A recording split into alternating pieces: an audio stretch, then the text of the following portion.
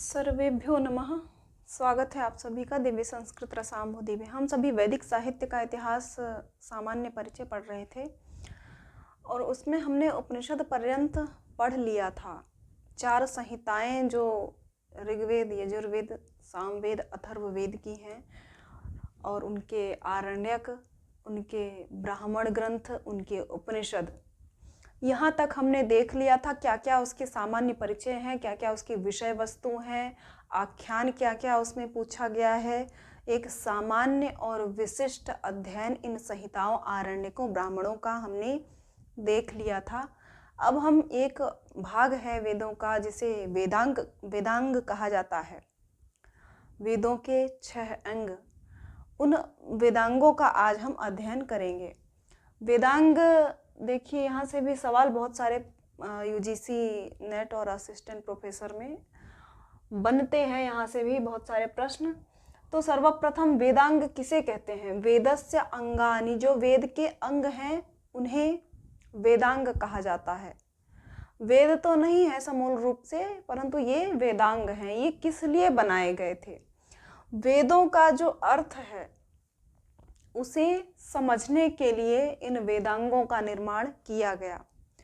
वेदों का देखिए परिभाषा है इसकी कि वेदों के गूढ़ एवं वास्तविक अर्थ को जानने के लिए जिन सहायक तत्वों की आवश्यकता होती है उन्हें वेदांग कहते हैं। गूढ़ एवं वास्तविक अर्थ को जानने के लिए जिन सहायक तत्वों की आवश्यकता होती है उन्हें हम वेदांग कहते हैं। ठीक है, 6 वेदांग हैं। महत्वपूर्ण श्लोक यह प्रसिद्ध है, शिक्षा व्याकरणम छंदो निरुक्तम ज्योतिषम तथा कल्पश्चेति षडंगानि वेदस्याहुर मनीषिणः। यह 6 वेदांग हैं। कौन कौन से? शिक्षा, व्याकरण, छंद, निरुक्त, ज्योतिष, कल्प। ये 6 वेदांग हैं। इन 6 वेदांगों का अध्ययन करके शिक्षा क्या है, व्याकरण क्या है, कल्प, निरुक्त, छंद इत्यादि का हम जान करके इनके बारे में, इनकी विषय वस्तु, जब हम शिक्षा का अध्ययन करेंगे, वैदिक व्याकरण का अध्ययन करेंगे, प्रातिशाख्यों का अध्ययन करेंगे, तभी हम वास्तव में जो वेद का वास्तविक अर्थ है उसे समझ सकते हैं। वेदों का जो वैदिक व्याकरण है उसे समझ सकते हैं, अथवा वैदिक छंदों के द्वारा जो ऋग्वेदीय छंद हैं उनका हम ज्ञान कर सकते हैं। ठीक है, तो 6 वेदांग बताए गए हैं। अब पाणिनि शिक्षा में वेद पुरुष के 6 अंगों के रूप में 6 वेदांगों का वर्णन किया गया है। 6 वेदांगों का वर्णन पाणिनि शिक्षा में ये वेद पुरुष के 6 अंगों के रूप में ये बताए गए हैं। कौन कौन से? छंदः पादौ तु वेदस्य हस्तौ कल्पोऽथ पठ्यते ज्योतिषामयनं चक्षुर्निरुक्तं श्रोत्रमुच्यते शिक्षा घ्राणं तु वेदस्य मुखं व्याकरणं स्मृतं तस्मात् सांगमधीत्यैव ब्रह्मलोके महीयते। तो क्या कहा? ये बहुत प्रसिद्ध श्लोक है, आप सभी को याद ही होगा। छंदः पादौ तु वेदस्य, जो वेदों के पैर हैं वो छंद कहे गए हैं। हस्तौ कल्पोऽथ पठ्यते, और कल्प क्या है? कल्पों को हाथ कहा गया, वेद पुरुष का हाथ है। ज्योतिषाम नयनम, ज्योतिषाम नयनम, जो ज्योतिष है वो वेद पुरुष का नेत्र है। चक्षु, ज्योतिषाम नयनम चक्षु, निरुक्तम श्रोत्र मुच्यते, जो निरुक्त है वो कर्णेंद्रिय, जो हमारे सुनने का जो विषय है वो निरुक्त को कहा गया। इसी प्रकार से शिक्षा को घ्राण कहा गया और मुख जो है वेद पुरुष का वो व्याकरण को कहा गया। तस्मात् सांगमधीत्यैव ब्रह्मलोके महीयते। इस प्रकार से जो इन वेदांगों का अध्ययन करेगा वो ब्रह्मलोक में को प्राप्त होगा, ऐसा इसका तात्पर्य। वेदांगों का सर्वप्रथम उल्लेख कहाँ पर आया है? तो देखिए, मुंडक उपनिषद में अपरा विद्या के अंतर्गत 4 वेदों के नाम के बाद वेदांगों का उल्लेख हुआ है। किस उपनिषद में? मुंडकोपनिषद में। ध्यान में रखेंगे आप, मुंडक उपनिषद जो है हमारा, मुंडकोपनिषद में वेदांगों का सर्वप्रथम उल्लेख हुआ अपरा विद्या के अंतर्गत। ठीक है, अपरा विद्या के अंतर्गत 4 वेदों के नाम के बाद हुआ है। अब इसकी परिभाषा क्या है? जो देखिए 6 वेदांग हैं, उनमें हम सर्वप्रथम शिक्षा का अध्ययन करेंगे। किसका अध्ययन करेंगे? सर्वप्रथम हम यहाँ पर शिक्षा को देखेंगे। शिक्षा के अंतर्गत क्या क्या कुछ हम पढ़ेंगे, अथवा शिक्षा किसे कहते हैं, शिक्षा से क्या तात्पर्य है। तो आचार्य सायण ने ऋग्वेद भाष्य भूमिका में इसकी परिभाषा की। स्वर वर्णादि उच्चारण प्रकारो यत्र शिक्षते उपदिश्यते सा शिक्षा। क्या कहा? स्वर वर्णाद्युच्चारण प्रकारो यत्र शिक्षते उपदिश्यते सा शिक्षा। जिस शिक्षा के अंतर्गत उच्चारण, वर्णों के उच्चारण, ध्वनियाँ, स्वर, संधि, संहिताएं इत्यादि जिसके अंतर्गत हम पढ़ा जाता है, जिसके अंतर्गत हम इन सभी स्वरों का उच्चारण इत्यादि, संधि, समास इत्यादि जिसमें भी हम पढ़ते हैं, वो शिक्षा ग्रंथ कहा जाता है। शिक्षा से ऐसा तात्पर्य है। और शिक्षा के कितने अंग हैं इसका वर्णन किया गया तैत्तिरीय उपनिषद में। किसमें किया गया? तैत्तिरीय उपनिषद में यह वर्णन किया गया कि शिक्षा के 6 अंग हैं। कौन कौन से? वर्ण, स्वर, मात्रा, बल, साम, संतान। 6 अंग बताए गए हैं शिक्षा के। वर्ण, स्वर, मात्रा, बल, साम, संतान इत्युक्तः शिक्षाध्यायः। देखिए वर्ण क्या होता है? वर्ण के अंतर्गत वैदिक वर्ण ध्वनियाँ 52 हैं, 52। वैदिक वर्ण ध्वनियाँ कितनी हैं? ये जो 6 अंग बताए गए हैं उनमें सर्वप्रथम है वर्ण। वर्ण क्या है? वर्ण वही जो हम ध्वनियाँ जो पढ़ते हैं लौकिक और वैदिक व्याकरण में, जिन हम ध्वनियों का अध्ययन करते हैं, उसी से तात्पर्य है वर्णों से। तो वैदिक जो वर्ण ध्वनियाँ हैं वो 52 हैं। स्वर कितने हैं? 3 स्वर बताए गए हैं वेदों में, उदात्त, अनुदात्त और स्वरित, 3 स्वर हैं ये। मात्राएं कितनी हैं? 3 मात्राएं हैं, ह्रस्व, दीर्घ, प्लुत, ये 3 मात्राएं हैं। बल से तात्पर्य क्या है? तो बल कहते हैं सुस्पष्ट सुस्वर उच्चारण, ये बल है। ठीक है, क्या है? सुस्पष्ट सुस्वर और उच्चारण, इसे बल कहा जाता है। संतान, संहिता पदपाठ में संधि नियमों को लगाना। संतान से क्या किसे कहते हैं? क्या तात्पर्य है संतान से? संहिता पदपाठ में जो वेदों के पदपाठ होते हैं, उनमें संहिताओं में संधि नियमों को क्रम से लगाना संतान कहा जाता है। ठीक है, और कितने शिक्षा ग्रंथ हैं कुल टोटल, ये भी आपको ध्यान रखना है। तो कुल 35 शिक्षा ग्रंथ हैं हमारे जो उपलब्ध हैं। ऐसे शिक्षा ग्रंथ कितने हैं? कुल टोटल 35 हैं शिक्षा ग्रंथ। इसे आशा है आपने नोट कर लिया होगा। इसके पश्चात हम देखते हैं कि पाणिनीय शिक्षा में कितने, जो सभी जितने भी शिक्षा ग्रंथ उपलब्ध हैं उनमें से कुछ महत्वपूर्ण शिक्षा ग्रंथ हैं जो कि पूछे जाते हैं। उनमें कितने श्लोक हैं सभी में? प्रायः बहुत बार ये सवाल पूछा गया है, पाणिनी शिक्षा में कितने श्लोक हैं। पाणिनी शिक्षा बहुत महत्वपूर्ण है। पाणिनी शिक्षा आपके पाठ्यक्रम में भी दिया गया है। तो पाणिनीय शिक्षा को हम देखते हैं सर्वप्रथम। पाणिनीय शिक्षा, पाणिनीय शिक्षा में कितने श्लोक हैं? कुल 60 श्लोक हैं पाणिनीय शिक्षा में। कितने श्लोक हैं? 60। ठीक है, और इसमें क्या क्या हम पढ़ते हैं, क्या किस किस विषय वस्तु का अध्ययन करते हैं?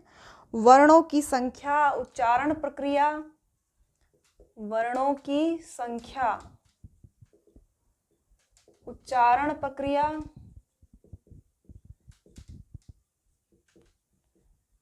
प्रक्रिया, और ध्वनि का शास्त्रीय वर्णन, ध्वनियों का शास्त्रीय वर्णन, और घोष अघोष, घोष अघोष।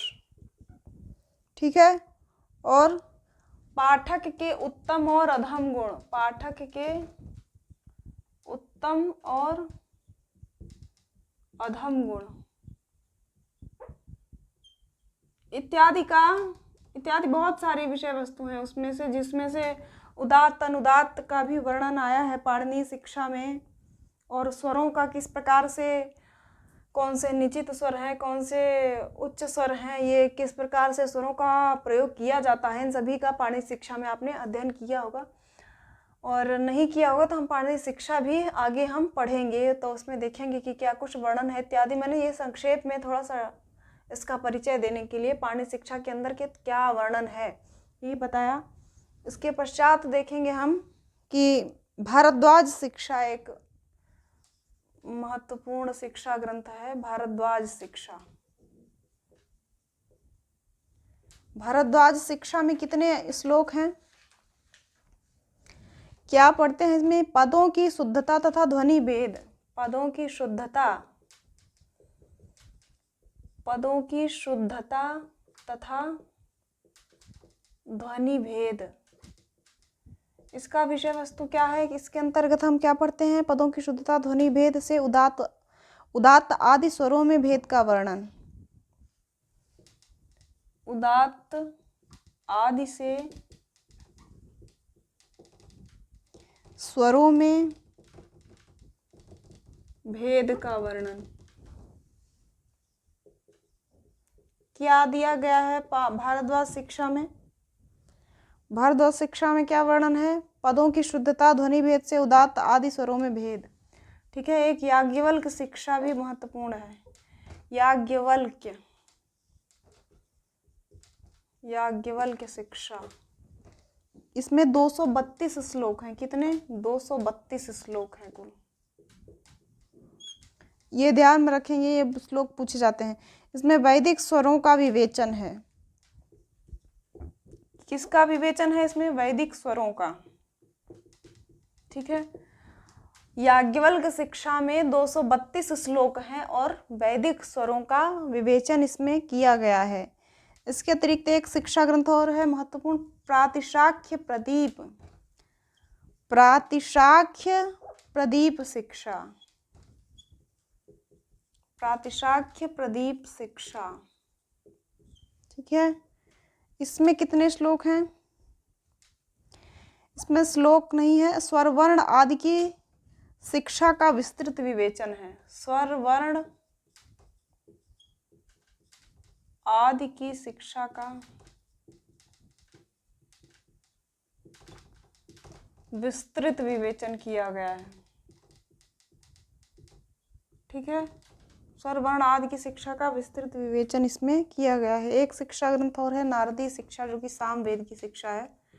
नारदीय शिक्षा, इसमें क्या वर्णन किया गया है? सामवेद के स्वरों का, सामवेद के स्वरों का विस्तृत विवेचन है इसमें। सामवेद के स्वरों का विस्तृत विवेचन इस शिक्षा ग्रंथ में किया गया है। ठीक है, किसका? प्रातिशाख्य प्रदीप में स्वर वर्ण आदि की शिक्षा का विस्तृत विवेचन है। नारदीय शिक्षा में सामवेद के स्वरों का विस्तृत विवेचन है। भारद्वाज शिक्षा में पदों की शुद्धता तथा ध्वनि भेद से उदात्त आदि से स्वरों में भेद का वर्णन किया गया है। और पाणिनीय शिक्षा को तो आपने पढ़ा ही है, वर्णों की संख्या, उच्चारण प्रक्रिया आदि का वर्णन किया गया है। तो ये था शिक्षा ग्रंथ। कुछ महत्वपूर्ण शिक्षा ग्रंथ मैंने आपको नोट करवा दिए।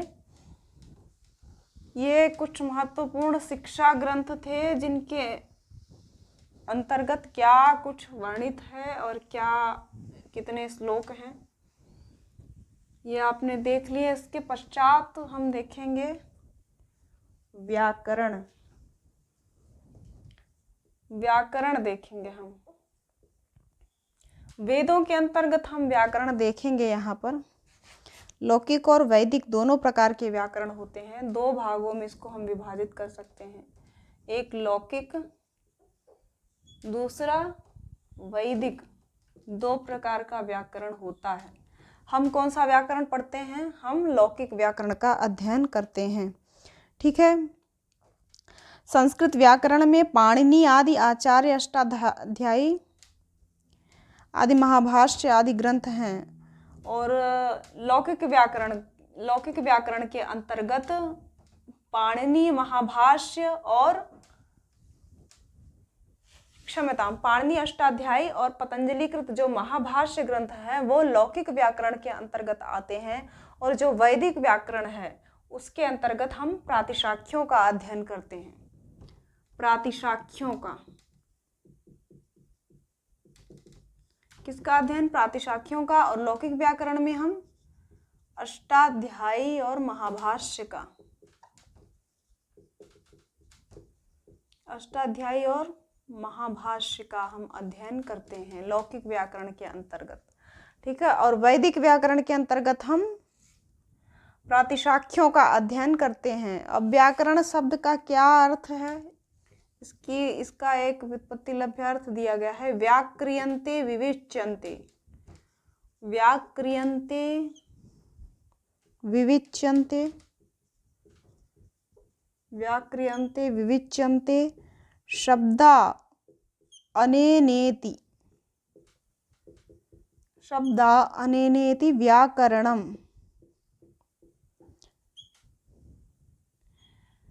जिसके अंतर्गत शब्दों की प्रकृति प्रत्यय का अध्ययन किया जाता है वो क्या है? वो व्याकरण है, उसे व्याकरण कहते हैं हम। जिसके अंतर्गत शब्दों की प्रकृति प्रत्यय का अध्ययन हम करते हैं उसे हम क्या कहते हैं? उसे व्याकरण कहते हैं। कि प्रकृति क्या है, प्रत्यय क्या है, संधि क्या है, समास क्या है, इन सब का वर्णन हम व्याकरण के अंतर्गत करते हैं। ठीक है। व्याकरण में पतंजलि महाभाष्य में एक बहुत महत्वपूर्ण श्लोक प्रसिद्ध है, चत्वारि श्रृंगा।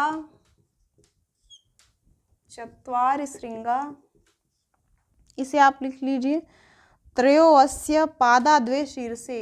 त्रयो अस्य पादा द्वे शीर्षे। पादा द्वे शीर्षे सप्तहस्तासो अस्य।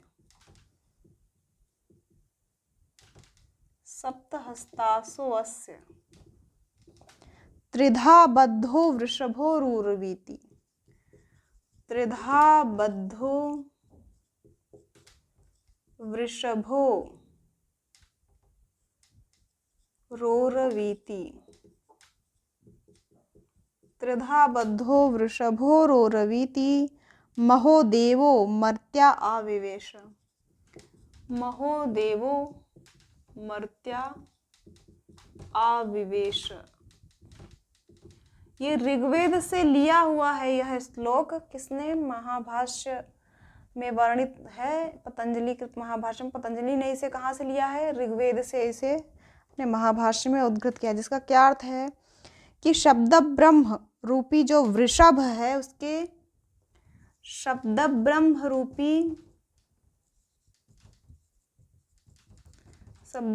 रूपी जो वृषभ है उसके 4 पैर हैं।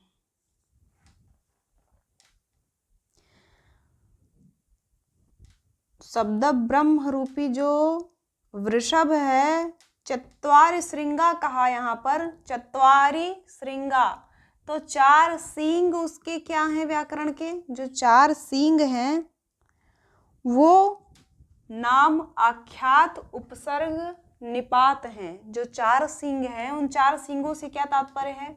नाम, आख्यात, उपसर्ग और निपात।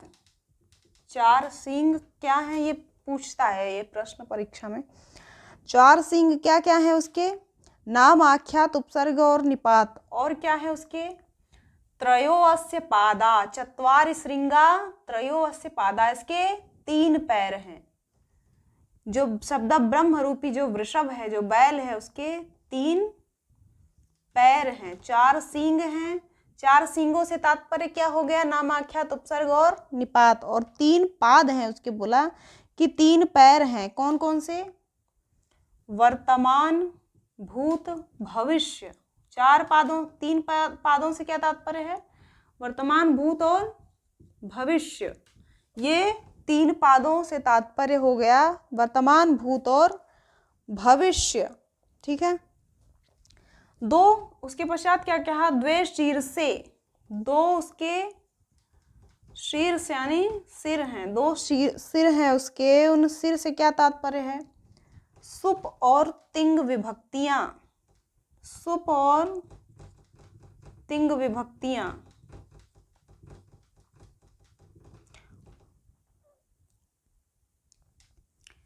सुप और तिंग प्रत्यय हैं, जो 21 और 18 सुप और तिंगों का प्रत्यय हम अध्ययन करते हैं, उससे तात्पर्य है यहाँ पर सुप और तिंग प्रत्यय। और उसके 7 हाथ हैं, कौन कौन से, 7 हाथ हैं उसके, और 7 हाथों से तात्पर्य क्या है, 7 विभक्तियों से तात्पर्य है, 7 हाथों से तात्पर्य है, 7 विभक्तियों से, ठीक है। 7 हाथों से क्या तात्पर्य है, 7 विभक्तियों से।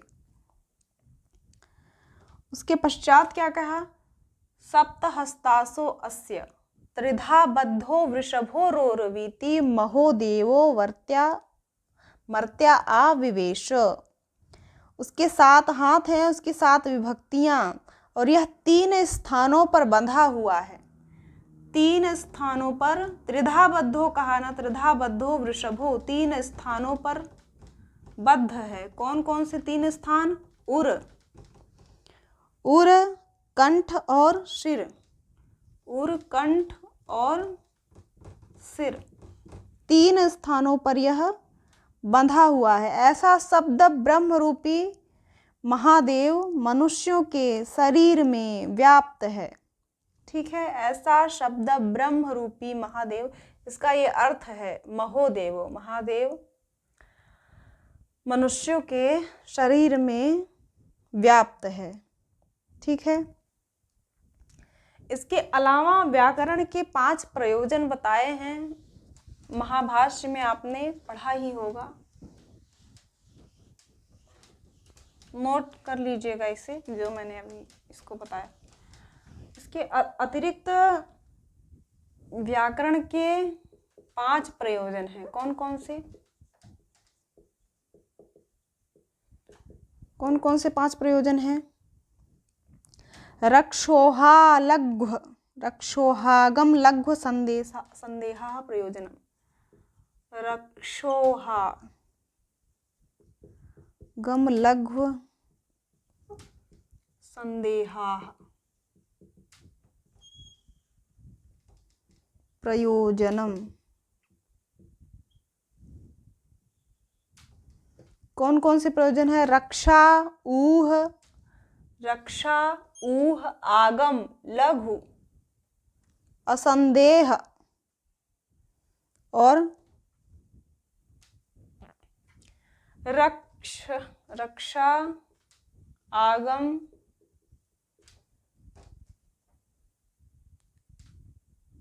लघु असंदेह, एक ऊह रह गया, ऊह से क्या तात्पर्य है, तर्क, ऊह माने तर्क। ये कौन से, ये व्याकरण के 5 प्रयोजन हैं, कहाँ बताए गए हैं, पतंजलि कृत महाभाष्य में। ये सामान्य हम परिचय देख रहे हैं व्याकरण का, लौकिक व्याकरण हो गया ये। इसके अतिरिक्त कुछ आचार्य प्रसिद्ध हैं, व्याकरण शास्त्र में कुछ आचार्य प्रसिद्ध हैं, उन आचार्यों के नाम आप नोट कर लीजिए। कौन कौन से आचार्य हैं ये, शिव या महेश्वर, शिव, इनसे संबंधित व्याकरण है माहेश्वर व्याकरण, जिसे कहते हैं शैव व्याकरण, शिव या महेश्वर। इंद्र से संबंधित कौन सा व्याकरण है, ऐन्द्र। तृतीय आचार्य हैं व्याडी, चौथे हैं स्फोटायन। देखिए व्याकरण शास्त्र में 10 आचार्यों के नाम उल्लेख, आचार्य तो बहुत सारे हुए हैं, पर इनमें से ये कुछ बहुत महत्वपूर्ण है, जिनसे संबंधित व्याकरण बहुत प्रसिद्ध व्याकरण है। इनसे संबंधित शैव व्याकरण बहुत प्रसिद्ध है, और इंद्र से संबंधित ऐन्द्र व्याकरण बहुत प्रसिद्ध है, और व्याडी से संबंधित ये महावैयाकरण और दार्शनिक दोनों ही थे। इनका प्रसिद्ध ग्रंथ था संग्रह। संग्रह ग्रंथ व्याडी का बहुत प्रसिद्ध ग्रंथ है। ठीक है, ये दार्शनिक और वैयाकरण दोनों ही माने जाते हैं। और स्फोटायन का स्फोटवाद सिद्धांत बहुत प्रसिद्ध है। स्फोटायन का स्फोटवाद